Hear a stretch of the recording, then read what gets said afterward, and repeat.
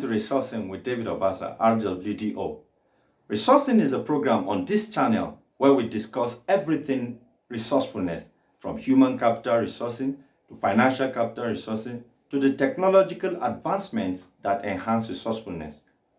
Last week, we talked about formal communication in the workplace, and this week, we'll be talking about how to manage your supervisor.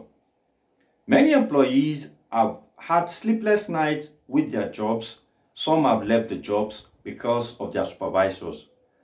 They feel their supervisors are wicked or not understanding them or not giving them free hand to work. So, we are going to share with you 8 tips on how to manage your supervisor, because you don't need to leave that job. All you need to do is manage your supervisor very well. So, the first tip is understand your supervisor's personality. This is very important because different people have different personality. So, is your supervisor a people's person?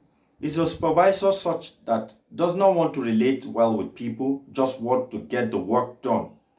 Understand the personality of the supervisor and key in appropriately.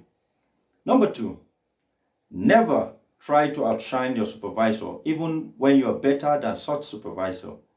Whatever it is that you're doing, ensure that you stay in the shadow of the supervisor.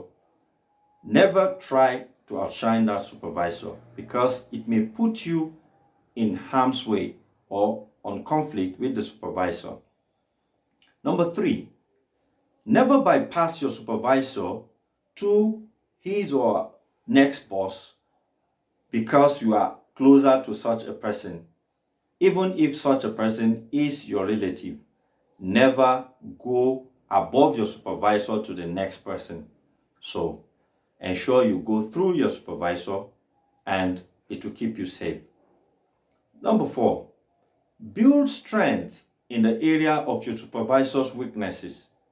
Find out which areas of weaknesses your supervisor has and then build strength in such areas so that you can complement your supervisor and your supervisor can rely on you on his or her area of weakness, because you are covering up for the supervisor, and that will make you a reliable person.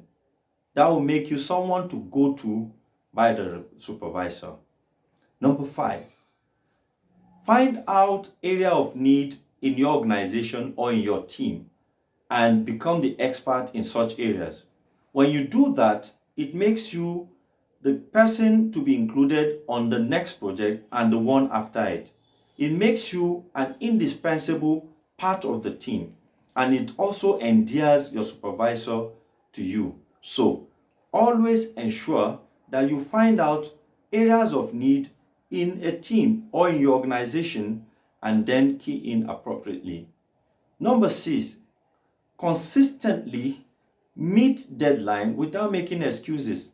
When you are noted for always meeting deadlines, no matter how tight such deadlines are, and you do not make excuses, your supervisor will likely be endeared to you, and your organization will also likely be endeared to you in such a way that they'll find it difficult to let you go. So that takes us to number 7. Number 7, find out the priorities of your supervisor and key in appropriately. Most times employees will set their own set their own priorities above or aside from their supervisor's priorities. Your supervisor will be the one to rate you, and your supervisor would likely work along with the organization's priority higher than you do. So, find out what is important to that supervisor, because whichever way it goes, your supervisor will do your rating, and the supervisor's priorities should be ahead of yours. So you should key in into the supervisor's priority. That takes us to number 8. Before we talk about number 8, we'd like to please implore you to subscribe in case you have not subscribed, share with others, and give us feedback. Let us know what you think about what we're doing on RWDO. So, this takes us to number 8. Number 8, if you must confront your supervisor, as much as possible, do that in private. There are times when you will need to do that in the public. If you must do it in the public, do it politely and respectfully. However, as much as possible, if you must have a confrontation with your supervisor, do it in private, where only you and the supervisor will be. We hope these 8 tips have been very useful and that you have enjoyed enjoyed this episode of RWDO. We'd like you to join us again next week when we'll be talking about workplace politics.